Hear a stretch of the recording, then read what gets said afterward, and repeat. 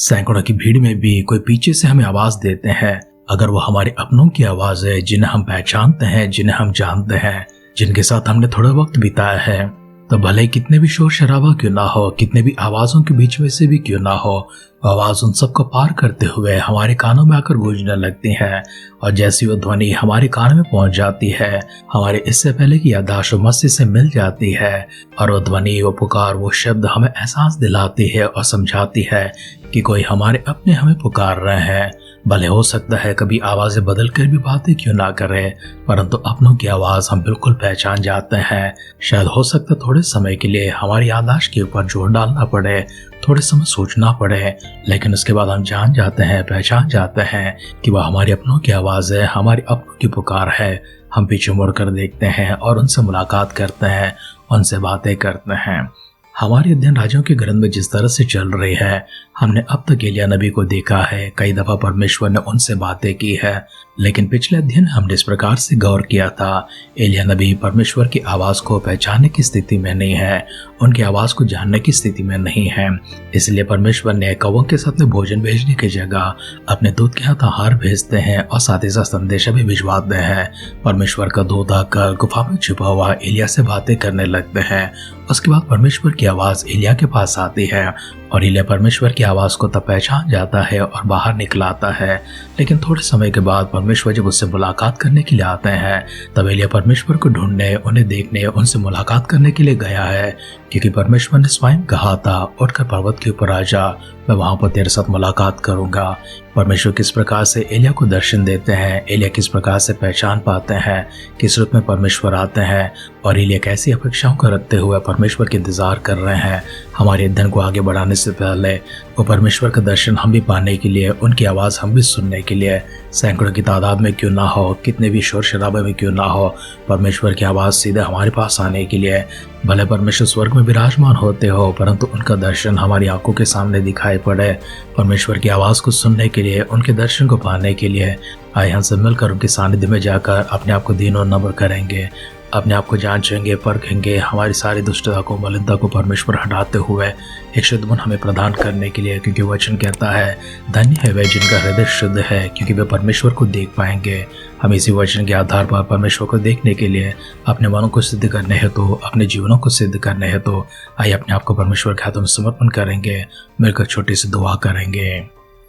सर्वशक्तिमान पिता परमेश्वर, हम आपकी स्तुति करते हैं, प्रशंसा करते हैं, गौरव महिमा आदर सम्मान के साथ आपके दिव्य सानिध्य में आते हैं।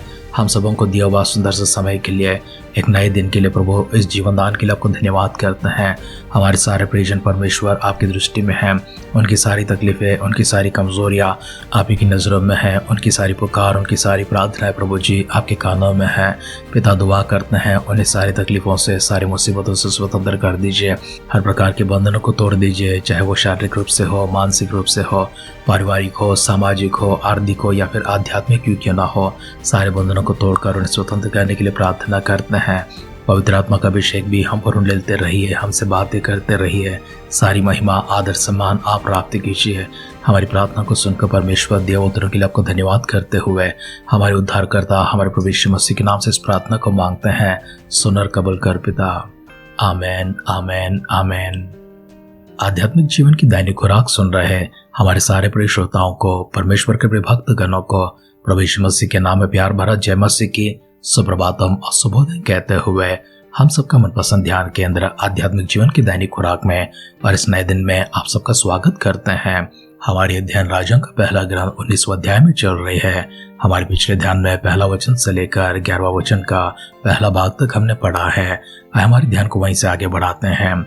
राजाओं का पहला ग्रंथ 19वां अध्याय का 11 वचन से लेकर पढ़ते हुए हम आगे बढ़ेंगे। उसने कहा, निकलकर यहोवा के सम्मुख पर्वत पर खड़े हो। और यहोवा पास से होकर चला और यहोवा के सामने एक बड़ी प्रचंड आंधी से पहाड़ फटने और चट्टान टूटने लगी, तो भी यहोवा उस आंधी में ना था। फिर आंधी के बाद बुलडोल हुआ, तो भी यहोवा उस बुलडोल में ना था। फिर बुलडोल के बाद आग दिखाई दी, तो भी यहोवा उस आग में ना था। फिर आग के बाद एक दबा हुआ धीमा शब्द सुनाई दिया। यह सुनते ही एलिया ने अपना मुंह चद्दर से ढांपा और बाहर जाकर गुफा के द्वार पर खड़ा हुआ। फिर एक शब्द उसे सुनाई दिया, हे एलिया, तेरा यहाँ क्या काम? उसने कहा, मुझे सेनाओं के परमेश्वर यहोवा के निमित्त बड़ी जलन हुई, क्योंकि इस्राएलियों ने तेरी वाचा टाल दी और तेरी वेदियों को गिरा दिया और तेरे नबियों को तलवार से घात किया है, और मैं ही अकेला रह गया हूँ और वे मेरे प्राण के भी खोजे हैं। यहोवा ने उससे कहा, लौटकर दमिश्क के जंगल को जा और वहां पहुंचकर आराम का राजा होने के लिए हजाएल का और इसराइल का राजा होने के लिए निमशी के पोता यहू का और अपने स्थान पर नबी होने के लिए आबोल महला के शापात के पुत्र एलीशा का अभिषेक करना। और हजाएल की तलवार से जो कोई बच जाए उसको यहू मार डालेगा, और जो कोई यहू की तलवार से बच जाए उसको एलीशा मार डालेगा। तो अभी मैं 7,000 इसराइलियों को बचा रखूंगा। ये तो वे सब हैं जिन्होंने ना तो बाल के आगे घुटने टेके और न मुंह से उसे चूमा है। तो वो वहां से चल दिया और शापात का पुत्र एलीशा उससे मिला, जो 12 जोड़ी बैल अपने आगे किए हुए आप 12 के साथ होकर जोत रहा था। उसके पास जाकर एलिया ने अपनी चद्दर उस पर डाल दी। तब वह बैलों को छोड़कर एलिया के पीछे दौड़ा और कहने लगा, मुझे अपने माता पिता को चुनने दे, तब मैं तेरे पीछे चलूंगा। उसने कहा, लौट जा, मैंने तुझसे क्या किया है? तो वो उसके पीछे से लौट गया और एक जोड़ी बैल लेकर बलि किए और बैलों का सामान जलाकर उनका मांस पका के अपने लोगों को दे दिया और उन्होंने खाया। तब वह कमर बांधकर एलिया के पीछे चला और उसकी सेवा टहल करने लगा। राजाओं का पहला ग्रंथ 19वां अध्याय का 11वां वचन से लेकर अंतिम वचन अर्थात 21वां वचन तक हमने पढ़कर सुना है। हमारे सिद्ध दिन में सबसे पहले परमेश्वर एलिया के साथ में मुलाकात करना, एलिया को अपनी आवाज सुनाना और एलिया उसे पहचानना, और परमेश्वर स्वयं उसे बातें करते हुए उसको एक नई जिम्मेदारी देते हैं। जब एलिया पर्वत के ऊपर जाकर खड़ा हुआ तब यहोवा उसके पास से होकर चला था, और यहोवा के सामने एक प्रचंड आंधी से पहाड़ फटने लगे और चट्टानें टूटने लगी थी, लेकिन यहोवा उस आंधी में ना था। फिर आंधी के बाद भूडोल हुआ तो भी परमेश्वर उसमें ना था। फिर भूडोल के बाद आग दिखाई दिया तो भी यहोवा उस आग में ना था। फिर आग के बाद दबा हुआ एक धीमी सी शब्द सुनाई पड़ती है। यह सुनते ही एलिया ने अपना मुंह चद्दर से ढांप लिया और बाहर जाकर गुफा के द्वार पर खड़ा हुआ। फिर एक शब्द उसे सुनाई दिया और उससे पूछा, हे एलिया, तेरा यहाँ पर क्या काम है? हमने देखा किस प्रकार से परमेश्वर एलिया से मुलाकात करते हैं। एक दबी हुई धीमी सी आवाज में, मानो कोई मनुष्य आकर उनके करीब आकर उनके कान में बात करता हो। इतने धीमी शब्द में परमेश्वर उनसे बातें कर रहे थे। इस आवाज को सुनते ही एलिया ने पहचान लिया ये परमेश्वर का आवाज है, इसलिए उसने तुरंत अपने मुंह पर चद्दर ओढ़ लिया। हमने इससे पहले इसी प्रकार से मूसा को देखा है, जो परमेश्वर से बातें करते हुए सीनै पर्वत के ऊपर से नीचे जब उतर आते हैं, उनका मुंह प्रकाशमान हो गया था और चमक को देखकर लोग डरने लगे थे। तब मूसा ने अपना सिर ढांप लिया था। उसी प्रकार से एलिया नबी भी परमेश्वर की आवाज को सुनते ही, उनके सानिध्य को पहचानते ही अपना मुंह चद्दर से ढांप लेते हैं। परमेश्वर के पास जाकर बातें करते हैं। परमेश्वर ने उनसे एक सवाल पूछा था, यहाँ पर क्या काम है? वैसे तो एलिया को परमेश्वर के काम पर होना चाहिए। हमारे पिछले ध्यान में हमने देखा था एलिया नबी डर गए हैं और डर के कारण वे काम पर नहीं गए हैं। अपने प्राण को बचाते हुए रानी के सम्मुख से इजराइल से यहूदा के बेशवा तक चले जाते हैं और एक दिन की यात्रा तय करके जंगल का मार्ग लिए हुए जौ के पेड़ तले सो गया था। और परमेश्वर ने अपना दूत वहीं पर भेजकर एलिया को आहार दिलाया और साथ में संदेशा भी दिलाया था। उसके बाद एलिया 40 दिन की यात्रा करते हैं। एक समय का भोजन खाकर पूरे 40 दिन की यात्रा करता हुआ एक गुफा में आकर छुप जाते हैं। वहीं पर आकर परमेश्वर एलिया से बात करते हैं, यहाँ से लौटकर दमिश्क के जंगल में जा और वहां पहुंचकर आराम के राजा होने के लिए हजाएल का और इसराइल का राजा होने के लिए निमशी के पोते यहू का और अपने स्थान पर नबी होने के लिए आबेल महला का शापात के पुत्र एलीशा का अभिषेक करना। परमेश्वर ने एलिया को 3 नई जिम्मेदारियां दी हैं। सबसे पहले जिम्मेदारी है आराम देश के ऊपर अर्थात शोमरोन के ऊपर एक नए राजा को अभिषेक करना। उसके बाद इसराइल के ऊपर एक नया राजा को अभिषेक करना, और तीसरी काम स्वयं एलिया के स्थान पर नबी होने के लिए एलीशा का अभिषेक करने के लिए कहा है। क्योंकि एलिया ने प्रार्थना किया था, परमेश्वर अब बस हो चुका है, मुझे यहाँ से निकाल दे, मैं यहाँ नहीं रहना चाहता हूँ, आपके सानिध्य में पहुँचना चाहता हूँ। परमेश्वर ने प्रार्थना सुना है और इसलिए एलिया की जगह एलीशा को अभिषेक करने के लिए कहते हैं। एलिया का आगे का जीवन हमारे कल के अध्ययन में देखेंगे और शेष भागों में देखेंगे, लेकिन आज एलिया की जगह पर एलीशा को किस प्रकार से एलिया जाकर चुनते हैं और कैसे उनका अभिषेक करते हैं, इसे गौर करते हुए हमारे ध्यान को समाप्त करेंगे। जिस समय एलिया ने एलीशा के साथ मुलाकात किया था वो 12 जोड़ी बैल अपने आगे किए हुए आप 12वीं के साथ होकर हल जोत रहा था और उसके पास जाकर एलिया ने अपनी चद्दर उस पर डाल दी। जैसे एलिया ने एलीशा के ऊपर चद्दर डाला, तुरंत उसने अपने बैलों को छोड़ा और एलिया के पीछे दौड़ने लगा। इसका अर्थ है एलिया ने उसके ऊपर चद्दर डाला, अभिषेक किया और जो कहना था कह दिया और वहां से निकलकर आगे चल रहा था। तब एलीशा उसके पीछे पीछे दौड़कर उससे अनुमति मांगता है कि वह घर जाकर अपने माता पिता को चूमकर फिर वापस आकर उसका अनुसरण करे। तो एलिया ने कहा, लौट जा, मैंने तुझसे क्या किया है? इसका अर्थ है मैंने तुझे कोई आदेश नहीं दिया, ना ही मैंने कहा कि तू अभी का भी मेरे साथ चलेगा। बस परमेश्वर ने मुझसे कहा था तेरा अभिषेक करने के लिए और मैंने अभिषेक किया है, और क्योंकि अभिषेक तेरे ऊपर आ चुका है, अब परमेश्वर सीधा स्वयं तुझसे ही बातें करेगा। यही कारण था कि एलिया अपना काम पूरा करके आगे चला जाता है और एलीशा से कहता है, मैंने तुझसे किया ही क्या है, जो कुछ भी किया परमेश्वर ने किया, और जो कुछ भी तुझे करना है परमेश्वर के साथ में करना है। मेरा समय और मेरा काम यहाँ पर खत्म हो जाता है। एलीशा अपना घर लौट जाता है। एलिया अपना मार्ग ले लेता है। अपना घर जाकर एक जोड़ी बैल लेकर बलि किया और बैलों के सामान को जलाकर उनका मांस पका के अपने लोगों को दे दिया।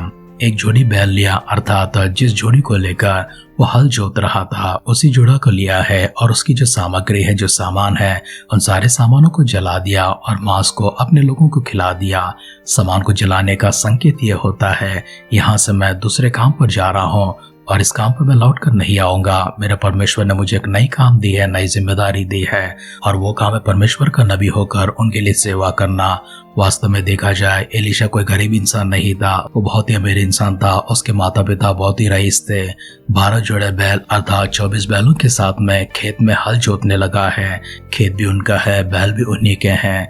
12वां जो जोड़ा था उसे उन्होंने वध किया है और उसकी सामग्री को जला दिया है, क्योंकि इसके आगे वे काम पर नहीं आ रहे थे। काम पर क्यों नहीं आ रहे थे? क्योंकि परमेश्वर ने इससे भी बड़ा और महत्वपूर्ण काम और सबसे बढ़कर परमेश्वर का काम उनको सौंपा है। सारे इस्राएल देश के ऊपर, आराम देश के ऊपर उनको नबी ठहराया है। तो परमेश्वर का ये कार्य उन्होंने सौभाग्य के रूप में स्वीकार किया और पूर्ण मन के साथ, पूर्ण सामर्थ के साथ, पूर्ण इच्छा के साथ में, पूर्ण आत्मा के साथ इस काम पर आगे बढ़ जाता है। आगे क्या होता है हमारे कल के अध्ययन में देखेंगे। आइए अपने सिरों को झुकाते हैं, आंखों को बंद करते हैं, परमेश्वर के पास जाकर इसी प्रकार का अभिषेक हम लोग प्राप्त करने के लिए, जैसा परमेश्वर ने एलिया से बातें की है वैसा हमसे बातें करने के लिए, जैसा परमेश्वर ने एलीशा को अभिषेक किया है वैसा हमें अभिषेक करते हुए हमें भी चुनने के लिए, परमेश्वर का कार्य हमारे जीवन में सफल होने के लिए। कभी हो सके तो परमेश्वर राजाओं को जिस प्रकार से अभिषेक किया है वैसे के बड़े स्थान के ऊपर, किसी सिंहासन के ऊपर मंत्री अधिकारी के रूप में परमेश्वर इस प्रकार की महानता के कार्य हमारे जीवन में करते हुए हमें अभिषेक से भरने के लिए हम सब लोग अपने सिरों को झुकाएंगे, आंखों को बंद करेंगे, छोटी प्रार्थना करेंगे। पिता परमेश्वर, आपके दिव्य सानिध्य में फिर से एक बार शुक्रगुजारी के साथ में आते हैं। सारे शब्दों के लिए प्रभु जी, अद्भुत कार्यों के लिए आपको धन्यवाद करते हैं। इन वचनों के माध्यम से, इन कार्यों के माध्यम से फिर से एक बार हमारे जीवन को परमेश्वर आपने जागरूक किया, इसके लिए आपको धन्यवाद करते हैं। हमारे जीवन विश्वास को बढ़ाया प्रभु जी, इसके लिए आपकी स्तुति करते हैं। हमें परमेश्वर आपने चुना है, बुलाया प्रभु जी, हमसे बातें की हैं, हमें दर्शन दे, इसके लिए प्रभु जी फिर से एक बार आदर सम्मान महिमा प्रभु जी हम आपको प्रकट करते हैं। प्रभु यीशु मसीह के बादलों के आगमन का विलंब होगी, इसी प्रकार के अनुभव में हम आगे बढ़ते प्रभु जी कल सुबह मिलने का सौभाग्य प्रदान करें। अगर ऐसा ना तो प्रभु यीशु मसीह के बादलों के आगमन में हम सबको शामिल करने के लिए दुआ करते हैं। प्रार्थना प्रभु जी आपने सुनकर हमें दियोतन के लिए धन्यवाद करते हुए हमारे उद्धारकर्ता हमारे प्रभु यीशु मसीह के नाम से इस प्रार्थना को मांगते हैं। सुनर कबूल कर पिता। आमेन, आमेन, आमेन। अद्भुत और महान काम करने के लिए परमेश्वर आपको चुने और आपको चुनकर परमेश्वर आपसे बातें करें, अपना दर्शन आपको प्रदान करे, अपने अभिषेक से आपको भरे, अपनी सामर्थ से, समझ और ज्ञान से आपको परिपूर्ण करे। हमारी सी दुआ और कामना के साथ आज के ध्यान यहीं पर समाप्त करते हैं। आप सुनते रहिए, सुनाते रहिए आध्यात्मिक जीवन की दैनिक खुराक। कल फिर मिलेंगे। अपना ख्याल रखिए, अपनों का ख्याल रखिए, दूसरों का भी ख्याल रखिए। God bless you.